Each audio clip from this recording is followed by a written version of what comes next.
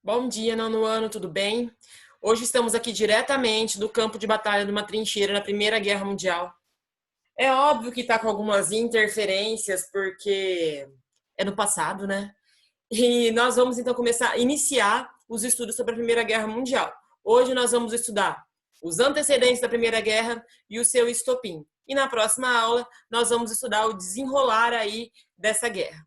Beleza? Vocês vão usar a folhinha de vocês para preencher o que a Pro explicar e vamos lá. Vou compartilhar a minha tela, espero que compartilhe, né? E simbora.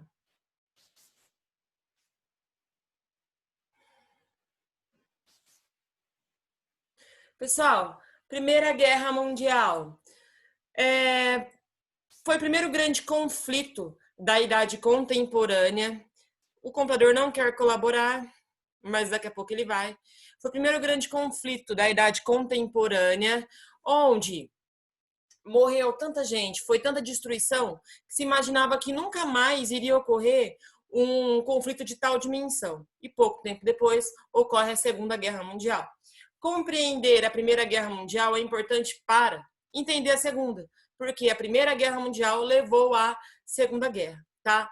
Detalhe, nenhuma guerra é boa, tá? Olha o que está aqui no início. Somente aqueles que nunca deram um tiro, nem ouviram os gritos e os gemidos dos feridos é que clamam por sangue, vingança e mais desolação. A guerra é o inferno. Então, para gostar de guerra, ou tem que ser assassino, ou nunca ter ido em uma guerra, porque a guerra é o inferno, principalmente para aqueles que não participam dela, para os civis, para a população. Tá bom? Para vocês terem noção, o número de soldados que morrem numa guerra é muito inferior ao número de mulheres, crianças, idosos que estão em suas casas, tá? Vamos lá. A Primeira Guerra Mundial, ela também é conhecida como Guerra da Lama, dos Ratos e dos Piolhos. Por que lama, ratos e piolhos? Porque a maior parte desse conflito ocorreu dentro de trincheiras, que são esses buracos aqui no chão. E esses soldados ficavam entrincheirados meses, anos, tá? E eles não podiam sair daí, a comida era jogada por avião. Se eles saíssem, a trincheira inimiga que ficava logo à frente atirava, mataria eles, tá? Então aqui, ó, são as trincheiras onde os soldados eles ficavam. Aqui eles faziam xixi, cocô, aí eles comiam, se o indivíduo do lado morresse, lá eles tinham que ficar. Então pergunta, por que a Primeira Guerra Mundial também é chamada de Guerra da Lama, dos Ratos e dos Piolhos? Porque parte dela ocorreu dentro das trincheiras, que eram esses buracos aí no chão, tá? Por que ela é chamada de Guerra Mundial? Se nem todos os países do mundo participaram. A Primeira Guerra Mundial, pessoal, ela foi... voltando. A Primeira Guerra Mundial, ela foi um conflito entre duas alianças. De um lado, a Tríplice Entente, formada por Inglaterra, Rússia e França, e de outro lado, a Tríplice Aliança, Alemanha, Áustria e Hungria, Áustria e Itália. Professora, mas então por que ela é chamada de Guerra Mundial? Porque direta ou indiretamente ela acabou por envolver o mundo todo, tá? O mundo todo sofreu as consequências dessa guerra. Seja positivas, professora, tem positivas, depois nós vamos ver, ou negativas, mas é óbvio que a maioria das consequências de uma guerra são sempre negativas, tá? Então, por que ela é mundial? Porque direta ou indiretamente, ela acabou por envolver a maior parte dos países do mundo, beleza? Continuando, os antecedentes da Primeira Guerra Mundial. Pessoal, toda guerra tem antecedente, ou seja, o que aconteceu antes dessa guerra. E tem o estopim, que é o motivo principal, o motivo político dessa guerra. Então, o antecedente, o que levou à guerra. E o estopim é o motivo político, a desculpa para essa guerra iniciar. Antes da Primeira Guerra Mundial, a Europa vivia a Belle Époque, ou Bela Época. Parecia que tudo ia bem. Acabou a segunda revolução, eles estavam vivendo a segunda revolução industrial, então novas tecnologias surgiam a todo momento, telefone, avião, submarino, balões, novas coisas, eletricidade, novas coisas surgiam a todo momento. Parecia que o mundo vivia a sua melhor época, que era o auge da civilização.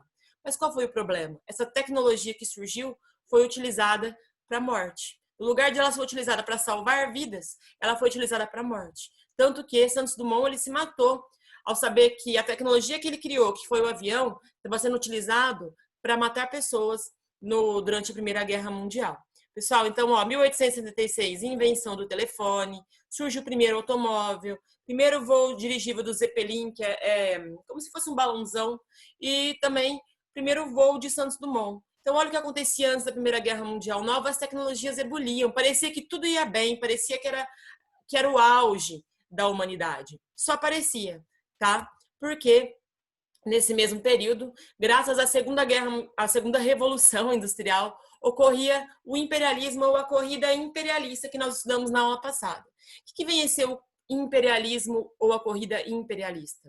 A disputa por colônias entre os países desenvolvidos na África e na Ásia. Por que corrida, professora? Porque quem chegasse por último ficava sem colônia. Tá? Corrida. Quem chegava primeiro era o dono da colônia. Então, o imperialismo ou corrida imperialista, a disputa por colônias na África e na Ásia, tá? Entre os países industrializados, Inglaterra, França, Alemanha e Itália, principalmente, tá? Outros também participaram, mas esses eram os principais. Inglaterra, França, Alemanha e Itália. Por meio dessa corrida imperialista, ela foi a principal causa da Primeira Guerra. Então vamos prestar atenção. Imperialismo, disputa por colônias na África e na Ásia. O Inglaterra e França, eles já são países antigos e eles entraram primeiro nessa disputa e eles começaram a criar um monte de colônia na África e na Ásia. Eis que Alemanha e Itália, eles demoram para se formar como países. Após unificados e se formar como países, eles começam a querer colônia também, mas não tinha mais colônia para eles. A maioria das colônias era da Inglaterra e da França. E aí começou a disputa. Inglaterra era dona da colônia, mas a Alemanha queria e brigava. A Itália era dona da colônia, mas a França queria e brigava. Então, voltando, a unificação da Itália e da Alemanha quando a Alemanha e a Itália elas surgem como país, elas querem colônias também. E elas começam a roubar as colônias dos outros países na África. Tá? E essa disputa por colônias é que leva à Primeira Guerra Mundial. Outro porém, a Alemanha, ela surge como país e ela surge como um país poderoso, industrial, e disputava mercado com a Inglaterra. E essa disputa entre Alemanha e Inglaterra, ela vai continuar até a Segunda Guerra Mundial, beleza? Então, Alemanha e Itália, elas demoram para surgir como países, como quando eles surgem, eles começam a disputar colônias com a Inglaterra e França e também mercado, beleza? A eugenia. Como nós já estudamos, a eugenia era a teoria que pregava que existiam raças superiores a outras, tá? Então, determinado país, por exemplo, os ingleses achavam que eles eram melhores do que os alemães achavam que eles eram melhores do que o restante do mundo, os italianos achavam que eles eram melhores também. Então, esses países achavam que eles eram superiores, e por serem superiores, eles poderiam matar, dizimar, explorar os demais, tá? Então, eugenia, superioridade das raças, a ideia de superioridade das raças, onde um país achava que tinha o direito de explorar os demais porque o povo dele é superior. O nacionalismo, além de achar que o seu povo era superior, era mais desenvolvido, evoluído, os países europeus do período, eles eram extremamente nacionalistas. O que é ser extremamente nacionalista?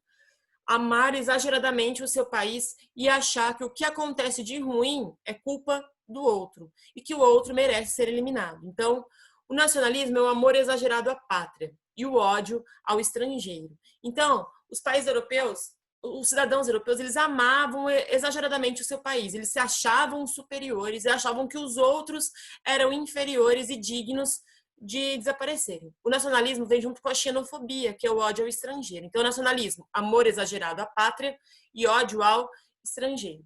Nesse período, os países europeus começaram a fazer propagandas exaltando a sua nação e falando que quem matasse o estrangeiro era um herói, que a guerra era boa, que participar da guerra fazia você ser melhor do que os outros, quem não participasse era inferior. Propagandas do tipo, tá? No caso aqui, ó, nós temos o tio Sam chamando os estadunidenses para a guerra. Aqui é uma propaganda inglesa, tá? Essas propagandas da Primeira Guerra Mundial sempre falavam que a guerra era positiva, chamavam os jovens para a guerra e mostrava o estrangeiro como negativo, tá bom? Então essas propagandas chamavam os jovens para a guerra, mostrando a guerra como positiva. E quando eles chegavam nessa guerra, essa guerra não era isso que eles imaginavam, ok? o pan-eslavismo e o pan-germanismo. Ao mesmo tempo em que na Europa nós tínhamos, então, países que se sentiam superiores, que achavam que o estrangeiro era inferior, que disputavam colônias na África e na Ásia. Nós tínhamos também dois ideais da Rússia e da Alemanha que eram opostos. Os russos, eles queriam o pan-eslavismo. O que era o pan-eslavismo? Eles queriam dominar o mundo, conquistar os vizinhos e povoar de russo. Os alemães acreditavam no pan-germanismo. Eles queriam conquistar o mundo e povoar de alemão. Então, pan-eslavismo. Os russos queriam dominar o mundo e povoar de russo. Pan-germanismo. Os alemães queriam povoar o mundo e queriam dominar o mundo e povoar de alemão. O que é eslavo? A raça dos russos. O que é germânico? A raça dos alemães, tá? Prestem atenção aqui.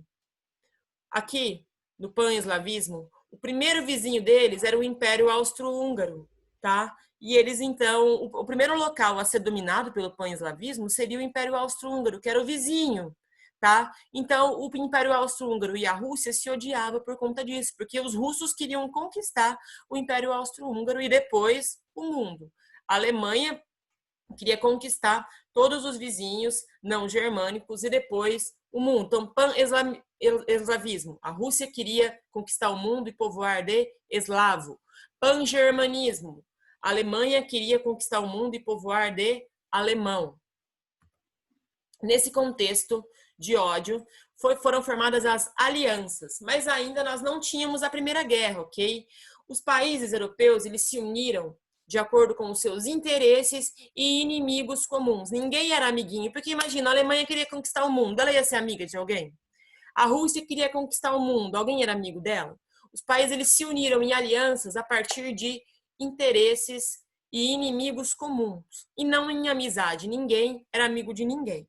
Como que foi formada essa aliança antes da Segunda Guerra Mundial, da Primeira Guerra Mundial? Tríplice aliança. A de Alemanha, ó, Alemanha, Império Austro-Húngaro, que não existe mais, tá? E Itália. Então, tríplice aliança, para lembra do azinho da Alemanha, aliança de Alemanha, Império Austro-Húngaro e Itália. Tríplice entente, Inglaterra, França e Rússia.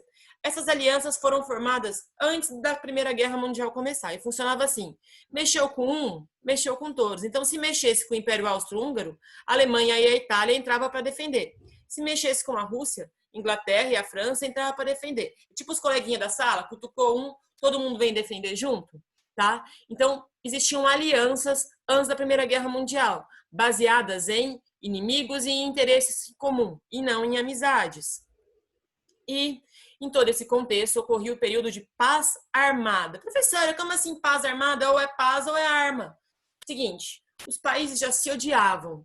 Eles fingiam que viviam em paz. A Inglaterra, o chefe da Inglaterra na Alemanha, oi, amiguinho, tudo bem com você?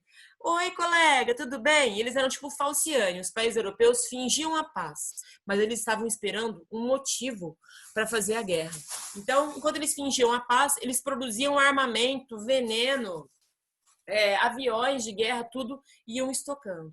Só esperando um motivo político, o estopim, para começar essa guerra. Então, o que vem a ser a paz armada? Os países europeus se odiavam, fingiam a paz enquanto eles produziam armas escondido, esperando um motivo para começar essa guerra. E qual foi esse motivo? Qual foi o estopim, o motivo político da guerra? Então, prestem atenção, ó, os países europeus já se odiavam. Já se odiavam, eles estavam esperando o motivo, já tinham até a arma guardada para começar a Primeira Guerra Mundial. Qual foi esse motivo? O que acendeu o pavio da bomba? A morte do arquiduque Francisco Ferdinando. Francisco Ferdinando, que é esse cara aqui, ele era herdeiro do Império Austro-Húngaro e ele foi passear no país inimigo, que era amigo da Rússia. Tá? Então pensa, ele era inimigo da Rússia e foi passear na Sérvia, que era amiga da Rússia, best friend da Rússia. Eis que ele está passeando lá em carro aberto, quando um grupo terrorista chamado Mão Negra vai lá, atira nele e na mulher e eles morrem. O Império Austro-Húngaro fala assim para a Sérvia, eu quero que você faça alguma coisa, você tem que punir esses caras, ele matou meu filho. A Sérvia, no lugar de punir o grupo terrorista, condecorou eles como heróis. O Império Austro-Húngaro, então, declarou guerra à Sérvia. A Sérvia era amiga da Rússia, a Rússia declarou guerra ao Império Austro-Húngaro. E com isso, tem início a Primeira Guerra Mundial. Pergunta: qual foi o estopim da Primeira Guerra Mundial? O assassinato de Francisco Ferdinando, que era herdeiro do Império Austro-Húngaro. Tá? O estopim. E os antecedentes? Os antecedentes foram outros. Imagine que essa sacola vazia são os antecedentes. Então, nós vamos lá. Ó, imperialismo, nacionalismo, eugenia, xenofobia, paz armada. A bomba estava feita. Morre Francisco Ferdinando. Estoura a bomba. Certo? O estopim da Primeira Guerra Mundial foi o assassinato de Francisco Ferdinando. Com isso, a Tríplice Aliança declara guerra à Tríplice Entente e tem início a Primeira Guerra Mundial. Beleza? Na próxima aula nós vamos continuar. Eu vou passar as fases da guerra. Espero que vocês tenham entendido. Até a próxima.